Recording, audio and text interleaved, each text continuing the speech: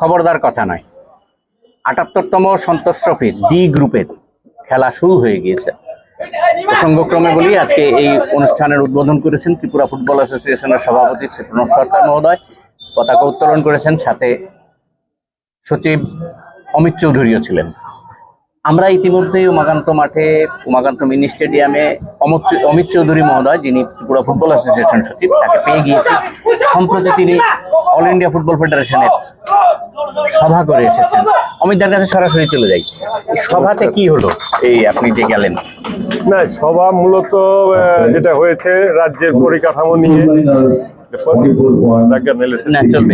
আচ্ছা, পরিকাঠামো নিয়ে আলাপ আলোচনা হয়েছে এবং প্রত্যেকটা রাজ্যের সাথে এএফএফ এর যে যারা আছেন, প্রেসিডেন্ট, ডেপুটি সেক্রেটারি জেনারেল, ওনারা সরাসরি কথা বলেছেন এবং আগামী 10 বছর কি করে মানে ফুটবলকে এগিয়ে নেওয়া যায় সেই চিন্তা ভাবনা নিয়েই কথাবার্তা হয়েছে। তো আমি সেখানে আমাদের ফুটবলের পরিকাঠামোটা তুলে ধরেছি, ত্রিপুরা রাজ্যের আমরা কি কি করেছি।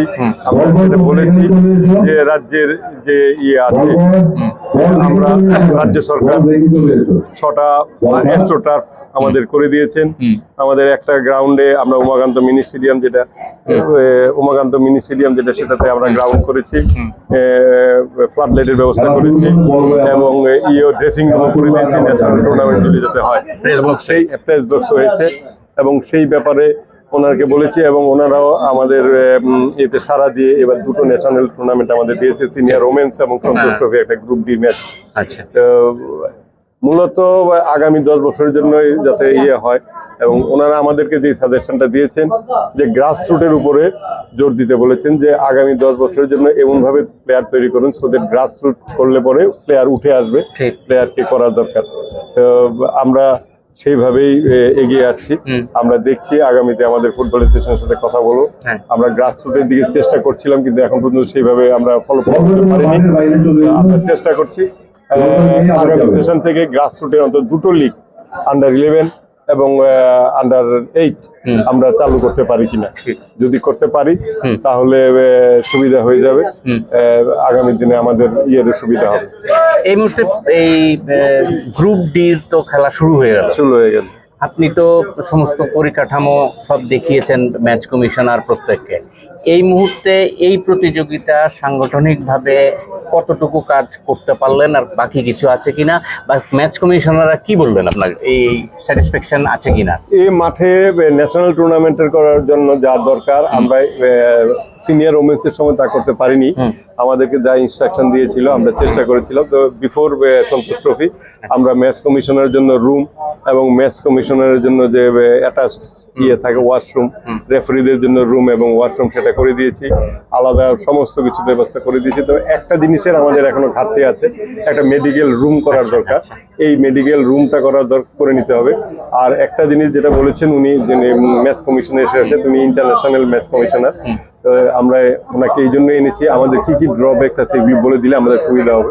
তো উনি বলছে যে আগামী দিন যাতে তোমাদের কোনো ধরনের অসুবিধা না হয়, প্র্যাকটিস গ্রাউন্ড যেটা খেলার পর যারা প্র্যাকটিস করে, যারা সাবস্টিটিউশন প্র্যাকটিস করে, তার জন্য উনি একটা আমাদেরকে সাজেশন দিয়ে গেছে। আমরা এই 2টো জিনিস আশা করছি আগামী বছরের মধ্যে আমরা কমপ্লিট করে নেব, সো দ্যাট আর কোনো ধরনের অসুবিধা না হয়। একটা সংক্ষেপে যদি একটু বলেন যে এই রাজ্যে ফুটবল পরিকাঠামোর দিক থেকে এগোচ্ছে আপনার দাবি অনুযায়ী, আমরাও ব্যাপারটা লক্ষ্য করছি, এটা ঠিক। একটা বিষয় জানতে চাইছি যে ফুটবল একটা একাডেমি দরকার, আপনারা এটা নিয়ে কিছু ভাবছেন কিনা? ফুটবল একাডেমি অবশ্যই দরকার, কারণ ফুটবল মানে অ্যাকচুয়ালি সারা বছর যদি প্র্যাকটিস না করে যেটা হয়, আমরা যেটা করছি যেমন ধরুন 1 মাসের জন্য একটা প্র্যাকটিস করছি, করে ঠিক সেই রকম হচ্ছে না। আমরা দেখেছি এবার জুনিয়র লেভেলে, sub junior boys, sub junior girls, দুটোতেই আমরা কিন্তু ভালো রেজাল্ট করেছি। মানে 3টের মধ্যে দুটো ম্যাচে আমরা জয়লাভ করেছি। হ্যাঁ, আমরা সেখানে তাদের জন্য মোর দেন 1 মান্থ প্র্যাকটিসের ব্যবস্থা করেছিলাম।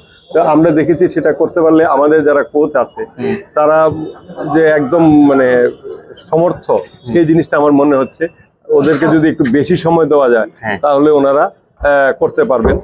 আমরা সেই দিক থেকে দেখছি যে আমাদের যিনি পেট্রন আছেন মিস্টার রতন শাহ, উনিও আমাকে বলেছেন যে উনি চেষ্টা করছেন একটা রেসিডেন্সিয়াল ক্যাম্প করে করা যায় কিনা, এবং উনি সচেষ্ট যে সারা বছর এখানে প্লেয়ারদেরকে রেখে একটা কিছু করা যায় কিনা, এবং সেই ক্ষেত্রে তাদেরকে যাতে অনারিয়াম কিছু করা যায় সেটা উনি চেষ্টা করছেন।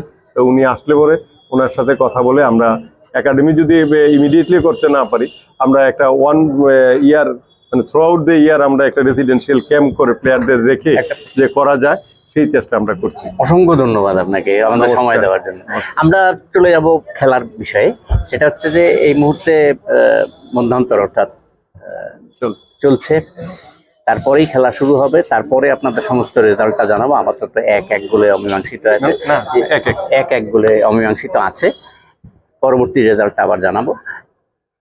অমিত চৌধুরীর সঙ্গে কথা বলে আমরা যে বিষয়টা জানলাম, রাজ্যের ফুটবল পরিকাঠামোর দিকে নজর দেওয়া হচ্ছে এবং একাডেমির দিকেও নজর দেওয়া হচ্ছে। যে বিষয়টা সবচেয়ে বেশি আশাপ্রদ সেটা হচ্ছে ফুটবল একাডেমির দিকে ত্রিপুরা ফুটবল অ্যাসোসিয়েশন নজর দিয়েছে। অনেক কথাবার্তা হবে, পক্ষে বিপক্ষে অনেক কথাবার্তা হবে, নির্দিষ্ট লক্ষ্য নিয়ে ত্রিপুরা ফুটবল অ্যাসোসিয়েশন যে এগোচ্ছে, অমিত চৌধুরী সচিব হিসেবে সেটা প্রত্যয়ের সঙ্গে ব্যক্ত করলেন। অসংখ্য ধন্যবাদ আপনাকে আমাদের সময় দেওয়ার জন্য। নমস্কার সকলকে।